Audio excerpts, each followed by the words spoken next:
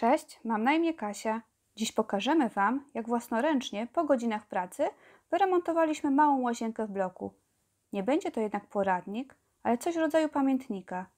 Jeśli jesteście ciekawi, z czym przyszło nam się zmierzyć, to zapraszam na film. Dzień pierwszy. Zaczęłam od wstępnego projektu, kosztorysu oraz fachowej wyceny. Tak wygląda nasza łazienka.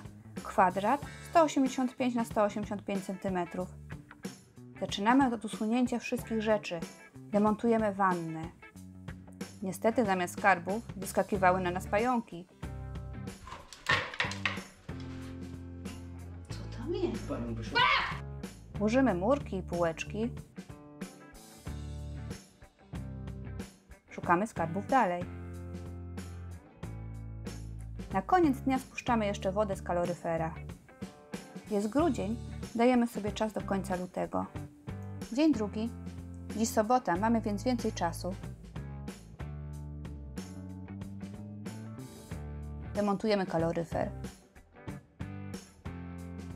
Jak się okazało, korek nie był dokręcony.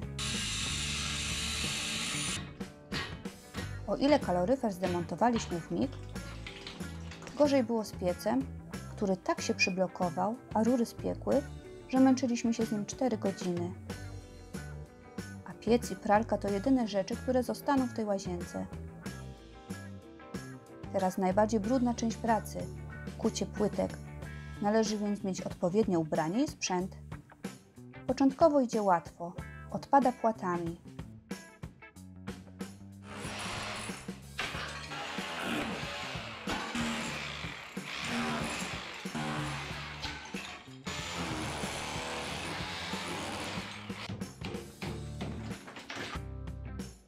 Jednak, gdy tylko myśleliśmy, że to już ostatnia warstwa, pod nią ukazuje się kolejna. To bardzo ciężka fizycznie robota. Koniec na dziś. Dzień trzeci. Zapomniałam o zabezpieczeniu kuchni przed pyłem. Szybka wizyta w markecie budowlanym i problem rozwiązany. Jedziemy dalej. Kucie, wynoszenie gruzu i znowu kucie. Zapełniliśmy już niemal cały worek typu Big Bag.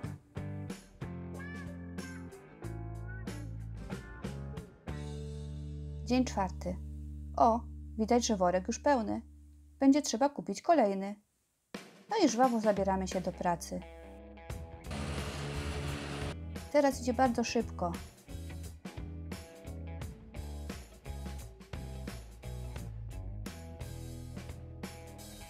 Niestety pod koniec dnia mąż bardzo mocno przeciął się płytką, mimo rękawic. I będziemy musieli zrobić sobie przerwę i poczekać, aż ręka się wygoi. Dzień piąty. Wracamy po tygodniu. Przyszły próbki wodoodpornych płyt Roko. Zastosujemy je na ścianę. Potem szybkie zakupy. Dziś będziemy przerabiać instalację wodną i kanalizacyjną. Oznaczyliśmy miejsca przyłączy.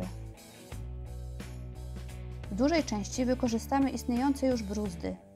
Resztę podkuwamy. Liczymy ile i czego trzeba. Skok na szybkie zakupy. Zaczęliśmy od tego, co wydawało się być największym zmartwieniem. Obrót na pionie kanalizacyjnym. Podkuliśmy i z wykorzystaniem ogromnych pokładów sił udało się.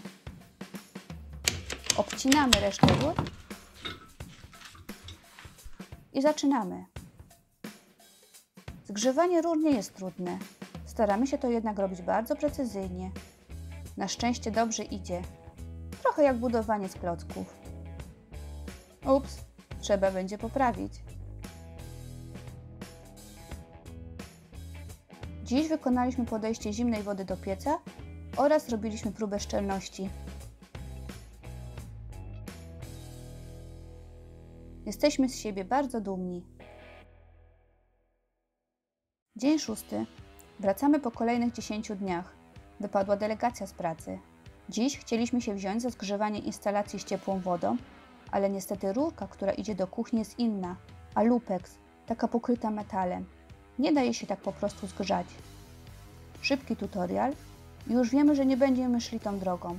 Wytyczymy sobie obejście. Przerobimy instalację w kuchni i tak to zostawimy.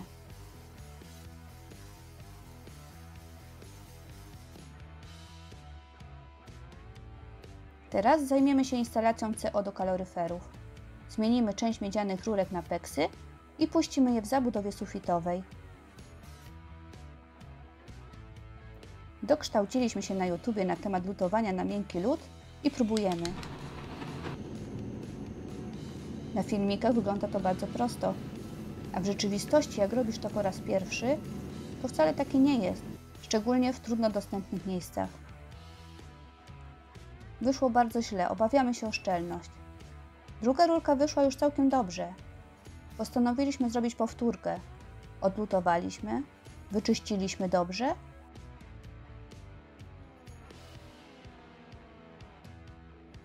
Voilà! Wygląda nieco lepiej. Dzień 7. Kolejnego dnia kontynuujemy instalację CO. W tym celu wypożyczyliśmy zaciskarkę hydrauliczną do peksów. Używa się jej bardzo łatwo. Jedna osoba trzyma element, a druga pompuje tłok. Zaciskanie peksów tym urządzeniem nie jest trudne, a rurki się łatwo poddają i można je lekko wyginać. Przyjemna i łatwa praca. Wyszło super. Dzień 8. Najpierw zajmiemy się ciepłą wodą. Grzewamy rurki i układamy na ścianie. Wprowadzimy nową nitkę do kuchni. Gotowe. Teraz próba szczelności kaloryferów. Kupiliśmy kilka elementów i ząg miał być z gwintem wewnętrznym. Idę wymienić. Kastoramę mamy tu. Jest to szczególnie przydatne, gdy chwilowo nie masz WC. Wracając, obowiązkowa kawa. I działamy.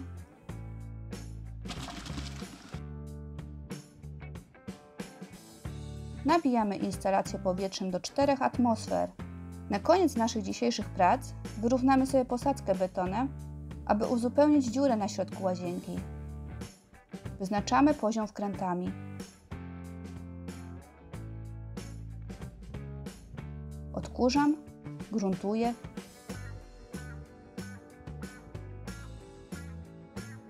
Oklejam taśmą krawędzie. Kupiliśmy beton. Robimy według instrukcji i niestety nie jest jak gęste błotko. Ciężko mi to rozprowadzić i rozetrzeć. Tak to zostawiam. Dzień 9. Dziś układamy kanalizację i robimy wylewkę. Składanie tych rurek to jest zabawa. Prosto i przyjemnie. Należy jedynie zachować odpowiednie spadki. W międzyczasie przyszedł gazownik, który miał przerobić rurę gazową, tak aby szła bliżej pionu kanalizacyjnego. Wspólnie doszliśmy do wniosku, że rozsądniej będzie już wymienić całą tą rurę na nową. Teraz coś, na co długo czekałam. Wylewka. Na taką powierzchnię łazienki przewidzieliśmy 2 worki wylewki samopoziomującej. Pierwszy raz w życiu będę chodzić na takich wysokich szpilkach. Mąż będzie mieszał i wylewał masę, ja będę rozprowadzała i odpowietrzała.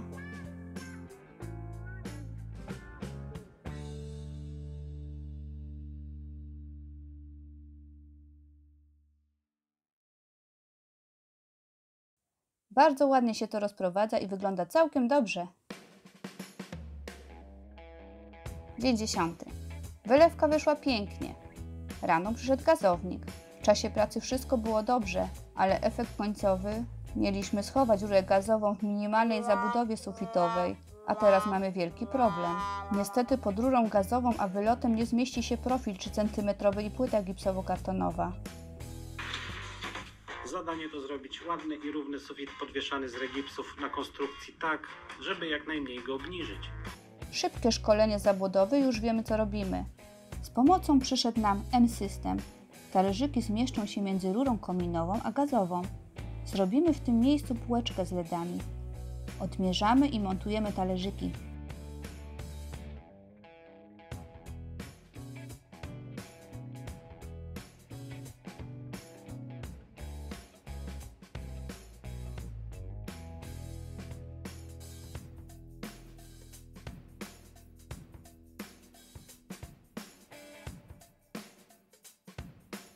Gotowe!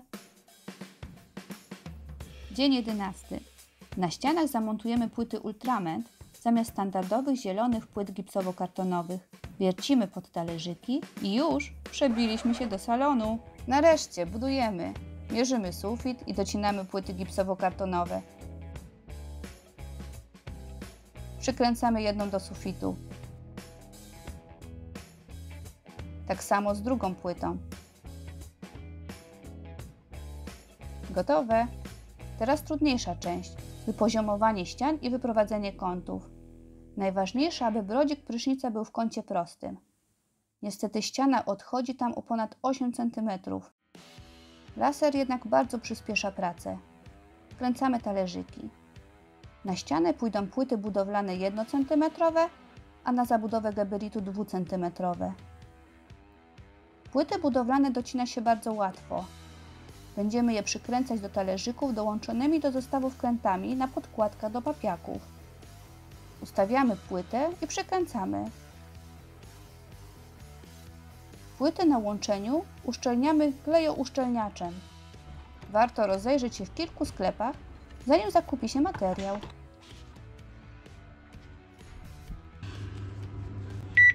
$15. Ściany tym systemem buduje się w mig. Na dziś już jednak koniec. Dzień 12. Takimi długimi wkrętami wyrównujemy ścianę w kącie z brodzikiem.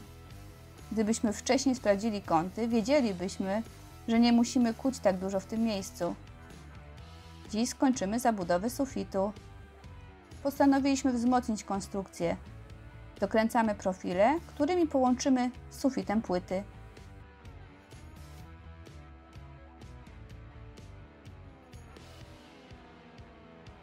Teraz wszystko trzyma się bardzo sztywno.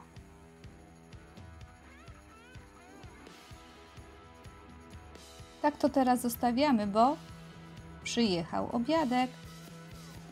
Wracamy do pracy. Przykręcamy kolejne płyty budowlane. Powoli chowają się poszarpane cegły. Dziś w końcu widać, że coś zrobiliśmy, a łazienka nabiera kształtów. Już teraz zapraszam Was na kolejną część, gdzie będziemy kontynuować tę opowieść. Jeśli macie jakieś pytania, chętnie odpowiem w komentarzach pod filmem. Do zobaczenia!